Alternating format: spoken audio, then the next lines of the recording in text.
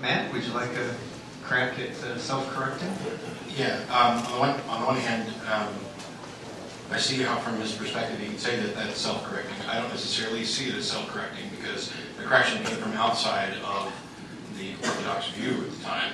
This was, you can make the claim that it's self-correcting if you assume that there is a divine providence guiding these corrections. But I would say that in a secular moral system, we have a clear path to self-correction, and that is that, let's say I'm a slave owner, in the early United States, and it's clear that I have some preconception that I am better as a person, more valuable than the individual that's my slave. Otherwise, I would immediately recognize the contradiction, immediately recognize that, oh wow. And it is this process by which the system evaluates the results that it produces to compare this value, I'm better, with my other values, which is, for example, I want to live in a world where well-being is considered, or now I have met an individual who would have ordinarily been a slave in my camp, and they have shown me a different aspect of their nature, such that now this is in question. It has to be self-correcting because it's all-encompassing. The mechanism is there, and the mechanism is reason and understanding. Not just reason, I mean, it's reason and an empathetic position.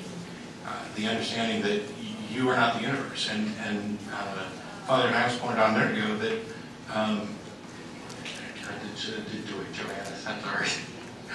that you need something higher than yourself, and the assertion is that secular views don't have something that's higher than themselves. And that's not necessarily true. I am not the penultimate authority on what is moral. I am the ultimate arbiter of what I consider to be moral.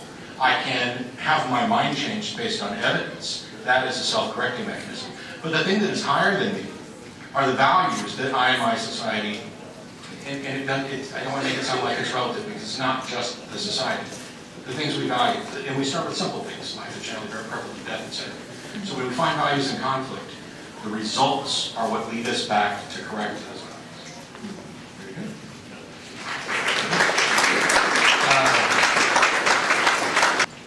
First of all, Mr. Jacobson, you mentioned, well, obviously this Christian self-correcting principle, and by implication that an atheist society or a secular society can't have that. And then you brought up the existentialists who basically fix society based on the horrors of World War I and seeing what went wrong, and I assume empathy for others and imagining what it would be like to be when we killed doughboys, blah, blah, blah. All of these, including the stuff that you attributed to Martin Luther King, are also all available to an atheist. Yes. So what do we need Christianity for? And if I may, I also have a question for Mr. Dillahunty and Mr. Shook. One question. Because Martin Luther King was a Christian, and he would tell you that every precept that he awoken both Christian and atheist, the Christian and atheist conscience with, drew from the moral tradition.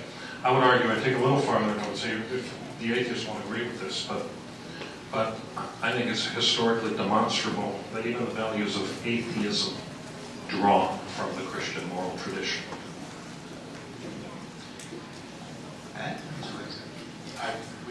We can keep going. I addressed that earlier.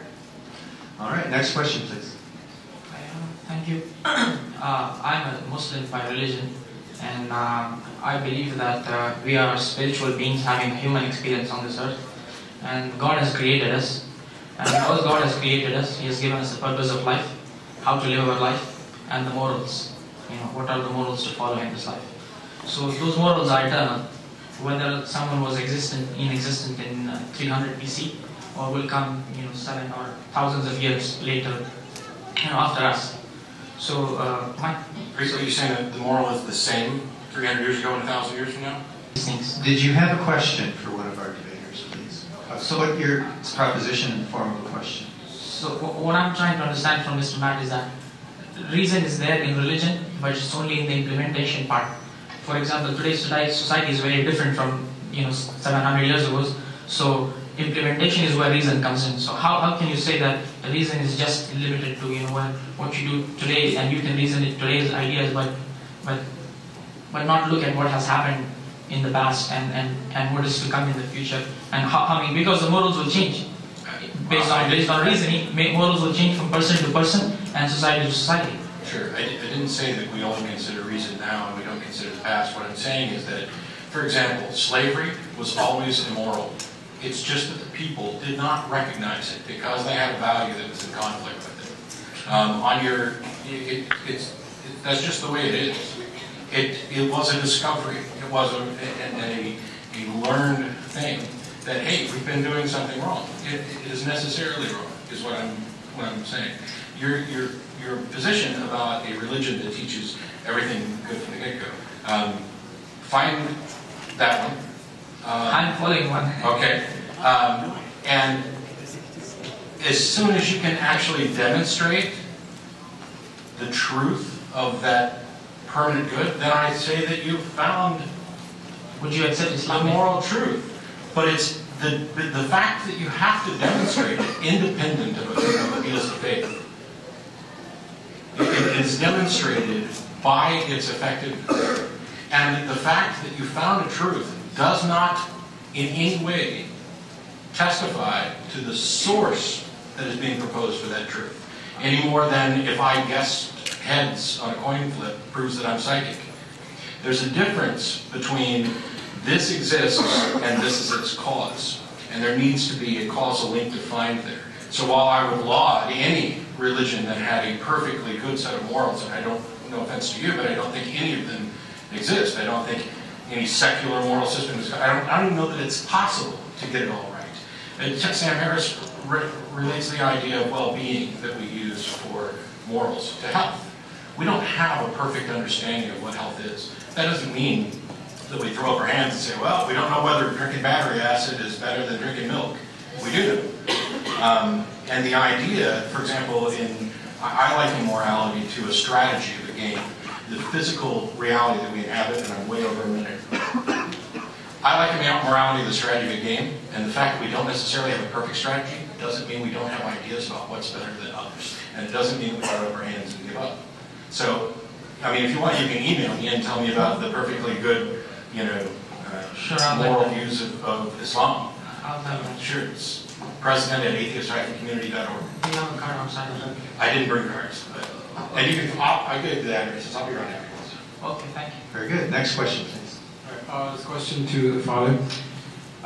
You said earlier that reason can lead to morality, but still you said it's not completely that. You said that there's the extra thing, like you mentioned beauty and music that cannot be explained by reason. But how do music and beauty actually help you shaping your morality? And if they can't, can people be moral without this extra thing other than the reason? I'd say the way that works is that music, good music, whatever the higher things, if you will, the things that seek to penetrate more deeply into the nature of reality, make you more human.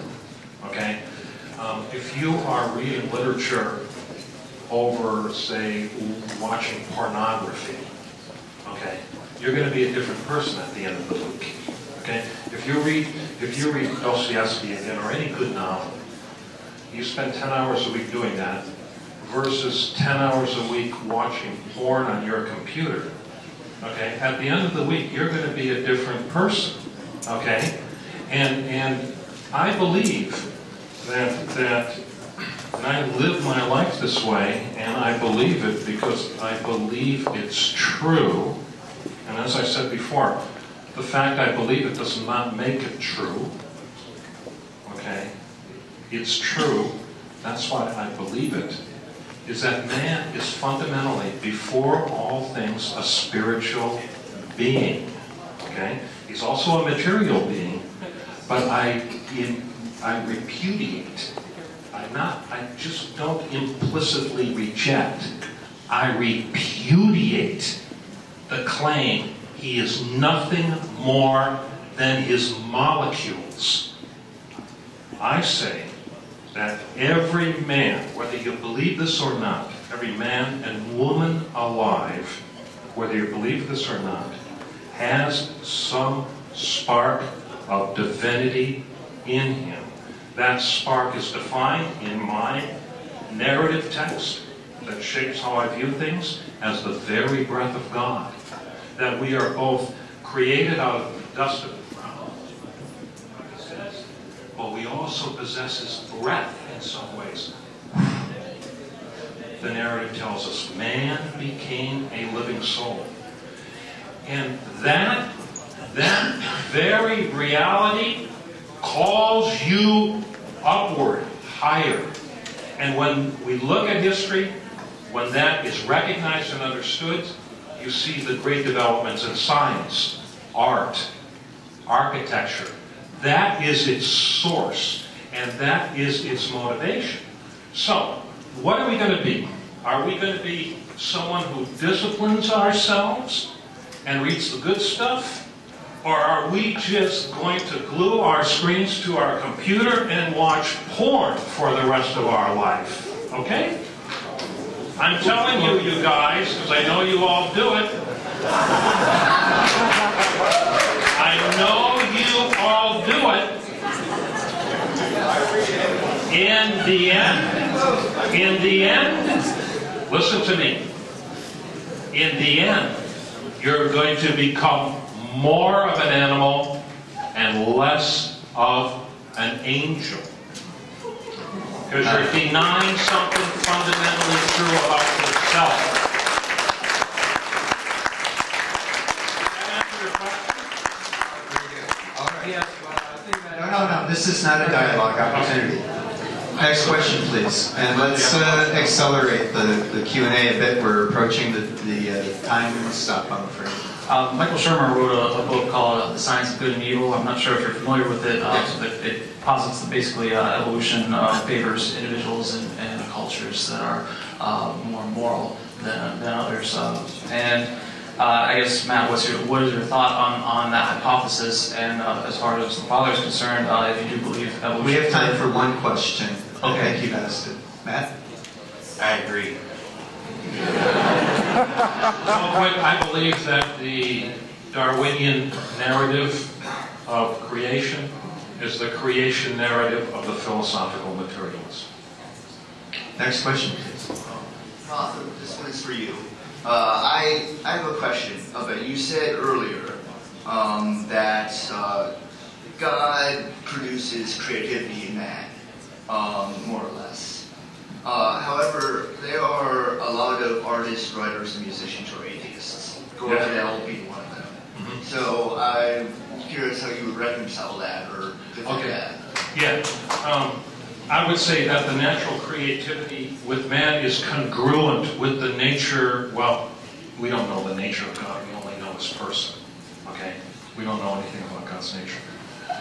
It's congruent with the person of God as he's revealed to us in both the sacred text and you know, Muslim would agree with me on that, by the way. He would agree with me. In the sacred text of Christian scripture, but also through the work and witnesses of other people, okay? I think that creativity exists and is not dependent on one's belief in God. It exists despite one's belief or non-belief in God. Some things are beyond the scope of logical demonstrability. In fact, much of life is. Much of life really is. Human creativity is a construct we all understand, but you can't stick it under a microscope. You only recognize it by its fruit, what it produces. And it's full of meaning, even if it says there is no meaning. Okay? That itself is meaningful. Okay? Great.